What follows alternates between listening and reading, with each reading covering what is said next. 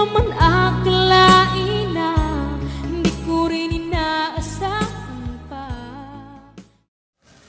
Narito tayo ngayon upang matunghayan ang nagiinit, nagbabaga at talaga namang usap-usapan at nagtitrending na latest issue ni Ate Erica. Sa pagpapatuloy ay narito muli si Kalingap Val Santos Matubang upang pag-usapan ang issue sa pagitan ni Ate Erica at ng kanyang pamilya, lalong-lalo na sa kanyang lolo na si Lolo Miguel.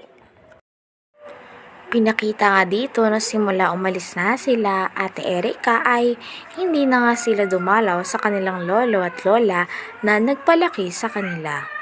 Grabe at mahirap talaga ang buhay nila Lolo Miguel at maging ang bahay nila ay sira-sira na rin.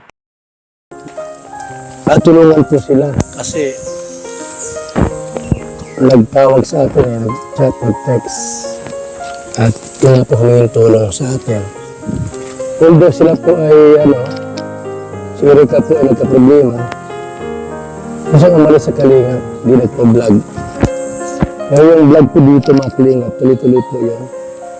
Kasi ang unang naka-escape dito ay si Relo Pumalanay. Ay Lolo Miguel.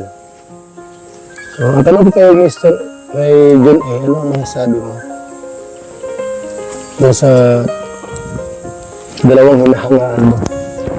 Hindi ka ay makatao, makadiyos, sabay. Kasi lumiyo ito. Huwag mong huwag mong konsintuhin yung dalawa. Hindi pa napunta rito, nag-birthday yung lola, di ba naman napadalaw. Tapos nagpimpi-pimpi sila rin may nagastos daw sila sa birthday. Yung pala totoo na nabigyan ng may birthday dito. Ano po?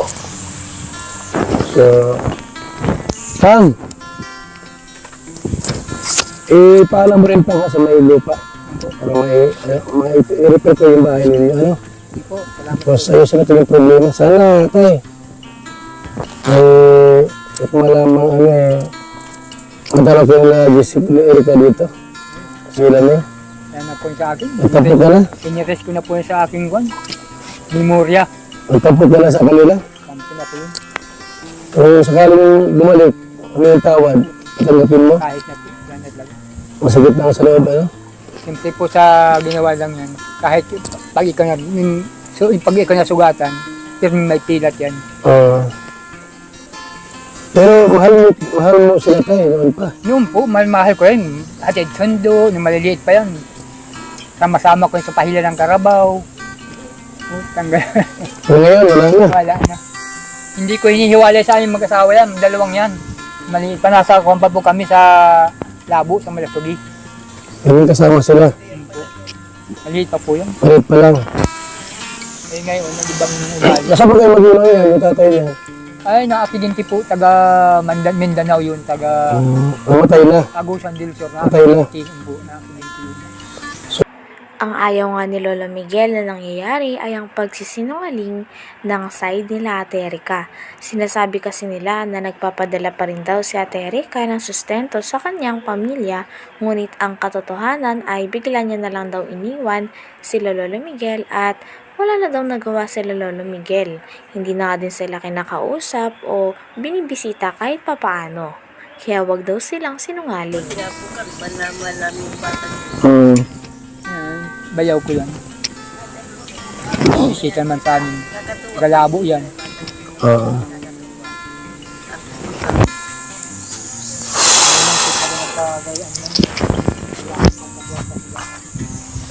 Hindi na kayo sa eri. Hindi ko may interest yung kwarta niya. Sanay ako sa hirap. Kung sabi silang ng ganyan, wag lang silang lalapas tanganin yung apo nila. Ba't di kumampis sa babae na yun, kay Enay Torres? Ay, yun po ang kanya, laging kausap. Siguro yung Tapos pinakil na kayo. mga diabatong salita. Tapos kinukumbinsi na kami daw ay kumbinsin ako na yung nagpapadalang pira na tiyatanggap ko. Ay di magtatanggap. Siguro ang ibig sabihin, umuki akong umuki para magkakwarta sila. Tapos hindi ka binibigyan. Kaya naman, hindi mapunta sa kwarta nilang ibigay sa akin. Bakit? Nagkakapira naman ako. Para paano, yung mga anak ko naman nabigay sa akin, mas 500. Nakatama ko nagtatrabaho doon, 1,000, 500, ganyan napadala naman sa akin. Pag ako'y nalagas-lagas dito, may korda din ako dito. Hati naman kami ng may-ari. Oo. Kaya hindi ko interest man sa kanilang. Ilan taon ka na tayo? Ako na ay 60, ano na ako, double 6 na. 66 si nanay. Ano yan, 63. Mas matanda po kayo. So, alam ko lang po kasi yung pinost niya sa social media kung totoo yun. Pala, palang pera ka ng po para sa materialis pala yan. Materialis lang po yun, ang nahawakan. Yun po ang totoo, maski kanila, materialis lang binili ko nun. Pero kanilang pira, yun di sa akin. So yung tindahan mo dyan ay, dahil yung tindahan niya galing sa... Kay Kwan pa po yan, kay Ruel pa yan. Kaya sa asawa niya. Yung pero lubos na yun. Yung laman ng tindahan. Yung bahay. Okay. Hindi yung laman ng tindahan, lubos na yung kay Royal dati. Yung pong bahay po, ano pa po yan, yung tinutulong pa po yan ni Sir Will. Oo. Hindi yung laman ng tindahan. Yung po sa sahod na po ng Sahod na sa asawa mo. Wala kay Erika dito. Wala. Sabi, ang kwento, mayroon kay Erika dito. Ha? Inaambig nila. Mga tourist na kung hindi daw po kay Erika, hindi ako magkakasunta. Grabe at pati nga ang tita ni Ate Erika ay hindi na rin napigilan magsalita sa issue na to dahil sa mga kasinungalingan na lumalabas tungkol sa magandang image ni Ate Erika na may pake pa siya sa kanyang pamilya. Ngunit ang katotohanan nga daw ay parang wala na daw sa mundo ni Ate Erika at ng kanyang kapatid na si Sheila May ang mga tao na nagpalaki sa kanila. Kaya naman lumabas na rin ang tita ni Ate Erika at sila Lolo Miguel at sinabi sa publiko kung ano ang totoo para hindi kasinungalingan ang kumakalat sa lahat. Yung totoo yun. Palang pera ka ng po para sa materialis pala yan. Materialis lang po yun, ang nahawakan. Yun po ang totoo, maski kanila, materialis lang binili ko nun. Pero kanilang pira, yun di sa akin. So yung tindahan mo dyan ay, dahil yung tindahan niya galing sa... Kay Kwan pa po yan, kay Ruel pa yan. Kaya sa asawa niya. Yung pero lubos na yun. Yung laman ng tindahan. Yung bahay. Okay. Hindi yung laman ng tindahan, lubos na yung kay Royal dati. Yung pong bahay po, ano pa po yan, yung tinutulong pa po yan ni Sir Will. Oo. Hindi yung laman ng tindahan. Yung po sa sahod na po ng Sahod na sa asawa mo. Wala kay Erika dito. Wala.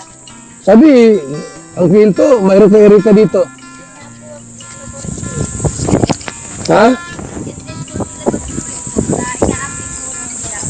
Inaambig nila. Mga tourist na kung hindi daw po kay Erika, hindi ako magkakasuntahan. Sabi mo gano'n? Hindi po ako mga ina. Kung hindi dahil kay Erika, wala kay tindahan. Pero hindi totoo yun.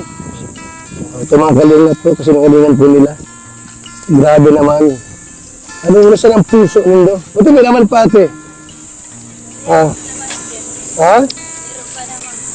May naman pa. Kuha ng mga gastusin sa pagluluto. Dito na. Kawalan. Okay. Ito ng bahay niyo rin. Dito po ako natulog. Asawa mo? Sa Manila po. Magkapadala siya pera sa inyo. At least alam natin. Hindi ko malamang nagluluto. Sa araw. Iba na nag-asikaso. Ako lang po. Lahat. Wala naman po yung iba ko pong mga kapatid. Galit sila sa iyo ha. Kaya daw po. Kasi ako po kasi ang naglantad ng ano nila. Oo. Butot ka nilang tanong para malaman din namin. Yun po. Kaya po nanggigigil po sila sa akin. May mga chat ba sila sa iyo na sinisiraan ka? Itago mo lang yun. Opo. Meron pa po nandun pa sa kapatid ko sa TV. Itago mo lang yung mga post nila, video na sinisiraan kayo. Ano para ano yan? Kaya po nakilala ko siya kasi siya naman po yung lumalabas sa ano, Oo. mga grupo. Okay. Hindi pa naman po namin yan nakikita sa personal. Nasa ano daw yan? Hanggang dito na lamang muna ang ating nag-iinit, nagbabaga, pinag-uusapan at talaga ng mga nagtitrending na latest issue ni Ate Erika. Maraming salamat sa inyong panonood. Hanggang sa muli. Bye!